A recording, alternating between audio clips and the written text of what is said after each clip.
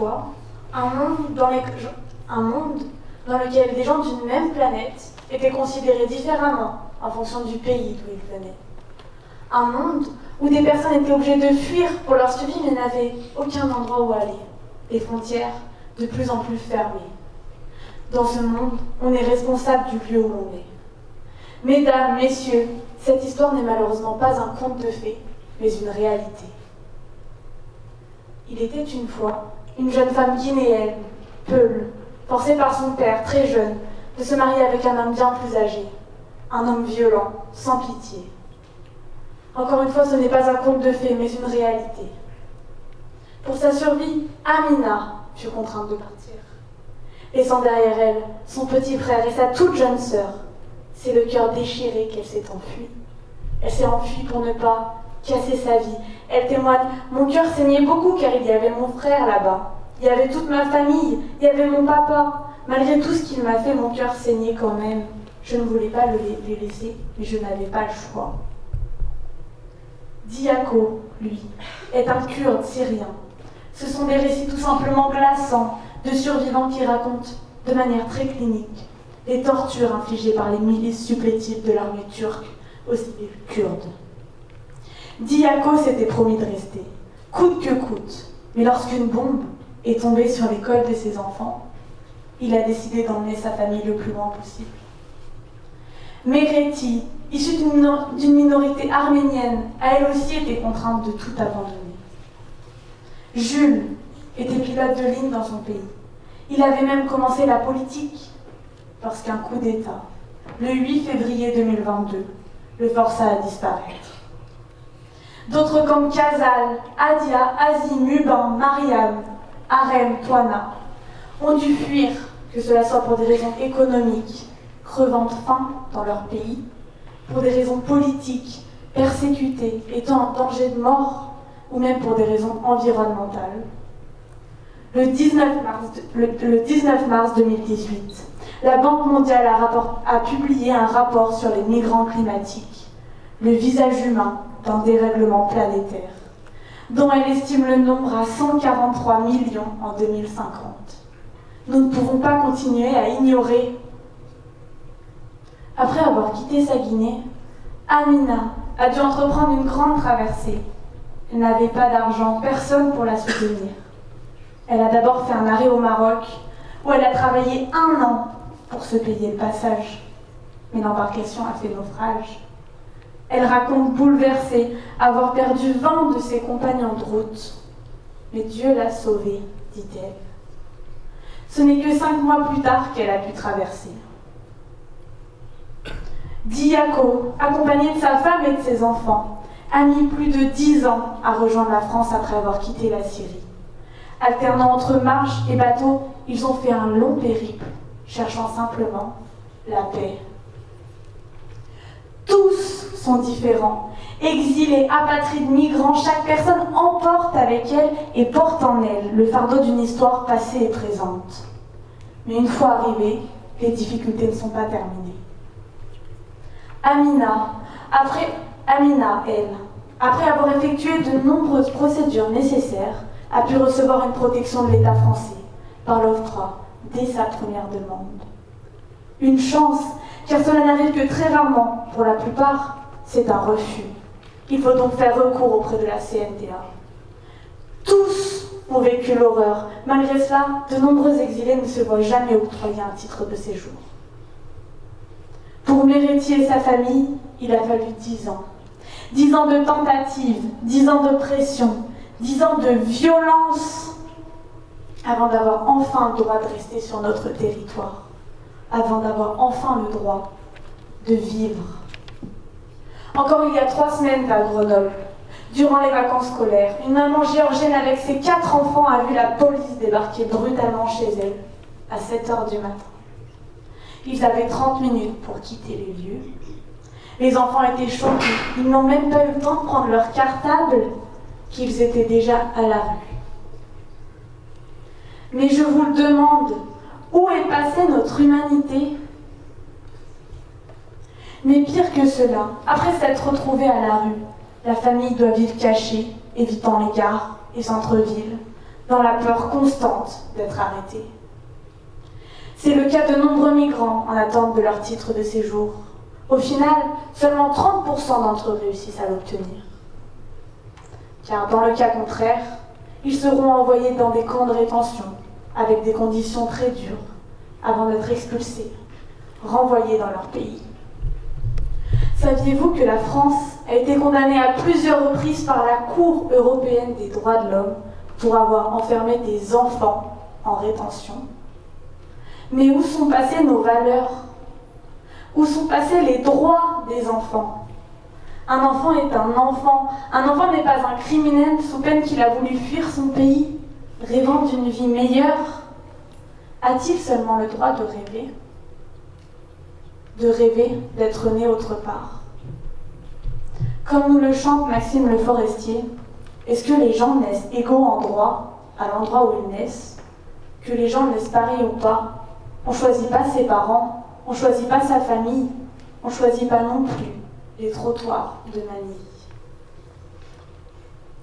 Quant à l'expulsion, la menace qui plane sur la tête de chaque migrant, chacun priant pour ne pas être envoyé à la mort. Car oui, mesdames, messieurs, pour la plupart d'entre eux, les renvoyer dans leur pays serait comme rétablir la peine de mort.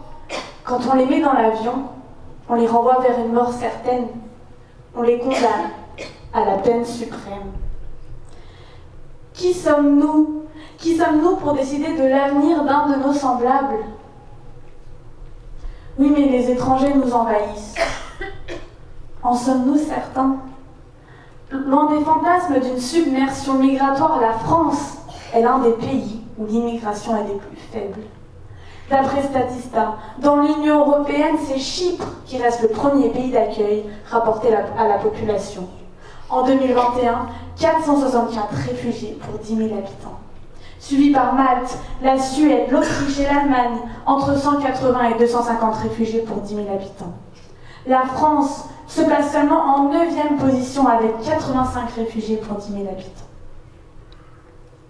De plus, contrairement à ce que les discours actuels portent à croire, la majorité des migrations ne s'effectue pas du sud vers le nord.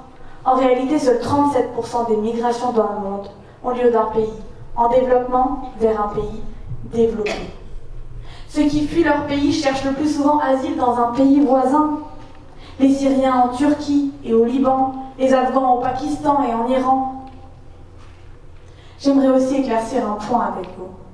Majoritairement, ce ne sont pas les personnes les plus pauvres qui migrent, car migrer a un coût.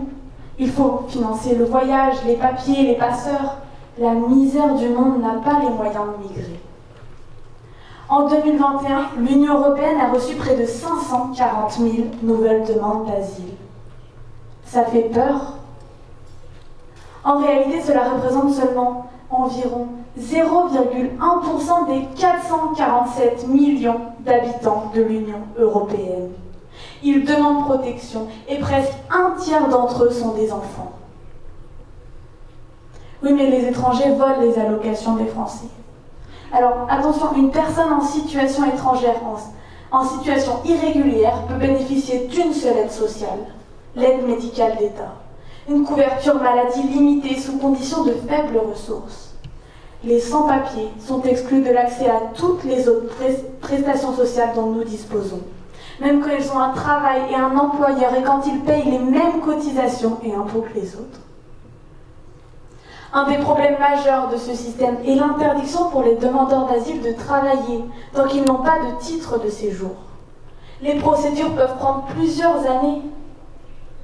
Alors ils sont nombreux à travailler au noir pour survivre. Ils prennent des emplois que les Français ont abandonnés.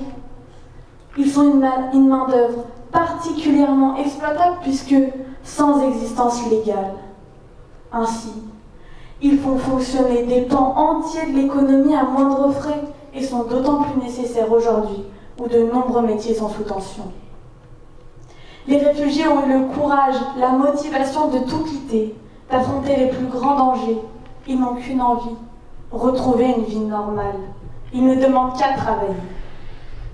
Certains arrivent avec d'importantes compétences, mais ils se retrouvent face à une barrière. Leur diplôme non reconnu Ils doivent faire des petits métiers, alors que parmi eux, on pourrait opérer et aider les médecins qui se retrouvent bien seuls face aux patients dans les temps qui courent. Mais j'aimerais le rappeler une dernière fois. Ces migrations sont contraintes. Ils n'ont pas le choix. Et leur décision n'a rien de facile. Ils doivent tout laisser derrière eux. Leur famille, leur maison, leur pays. Car non, ce n'est pas le rêve de tout le monde de venir en France. Et si c'était nous ? Et si nous étions obligés de fuir pour protéger nos enfants, pour protéger nos frères, nos sœurs, pour protéger notre vie ? Et si nous étions nés autre part ? Aujourd'hui, l'immigration est inévitable. La question n'est plus si oui ou non nous déciderons d'accueillir, mais comment nous accueillerons ? Choisirons-nous le chaos ou l'entraide ? Enfin, nous pouvons relever que la France a toujours été bercée par les migrations. Ces avantages ne sont pas uniquement économiques, ils sont aussi culturels. La France est un pays multiculturel. La France, ça a toujours été la mixité. On oublie souvent que René Goscinny, Uderzo, Marie Curie dont nous sommes si fiers, Émile Zola, Charles Aznavour, Coluche et même le grand Zinedine Zidane sont tous des filles et fils d'immigrés. C'est de cette France dont nous sommes fiers, c'est de cette culture dont nous sommes fiers. La France, c'est un mélange de différentes traditions, de différentes opinions. La France, c'est la liberté, l'égalité et la fraternité. Une fois ce sera un monde où les frontières seront ouvertes, où nous ouvrirons grand les bras à Amina, Diaco, Meretti et Jules, et où la solidarité sera reine, et où chacun sera respecté. Cette histoire peut devenir une réalité. Dans un monde utopique, tout le monde serait bien chez lui et personne n'aurait besoin de partir. Malheureusement, aujourd'hui, c'est impossible. C'est pour cela que nous devons agir. Nous ne pouvons pas accueillir toute la misère du monde, mais nous pouvons agir à notre échelle et faire au mieux. Je finirai sur des paroles remplies de grâce, les paroles de Michel Berger, qui transmettent la raison de ma présence avec vous aujourd'hui. Je veux chanter pour ceux qu'on oublie peu à peu et qui gardent au fond d'eux quelque chose qui fait mal, qui a volé leur histoire, qui a volé leur mémoire, qui a piétiné leur vie, comme on marche sur un miroir. Merci.